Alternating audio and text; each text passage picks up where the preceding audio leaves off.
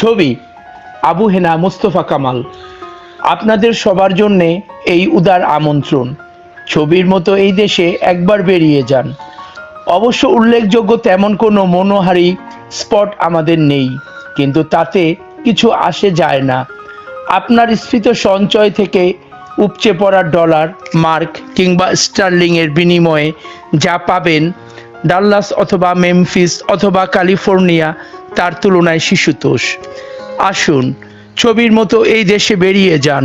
রঙের এমন ব্যবহার, বিষয়ের এমন তীব্রতা আপনি কোনো শিল্পীর কাজে পাবেন না। বস্তুত শিল্প মানেই নকল নয় কি? অথচ দেখুন, এই বিশাল ছবির জন্যে ব্যবহৃত সব উপকরণ অকৃত্রিম। আপনাকে আরো খুলে বলি, এটা অর্থাৎ আমাদের এই দেশ এবং আমি যার পর্যটন দপ্তরের অন্যতম প্রধান, আপনাদের খুলেই বলি, সম্পূর্ণ নতুন একটি ছবির মতো করে সম্প্রতি সাজানো হয়েছে। খাঁটি আর্যবংশ সম্ভূত শিল্পীর কঠোর তত্ত্বাবধানে ৩০ লক্ষ কারিগর দীর্ঘ ৯টি মাস দিনরাত পরিশ্রম করে বানিয়েছেন এই ছবি।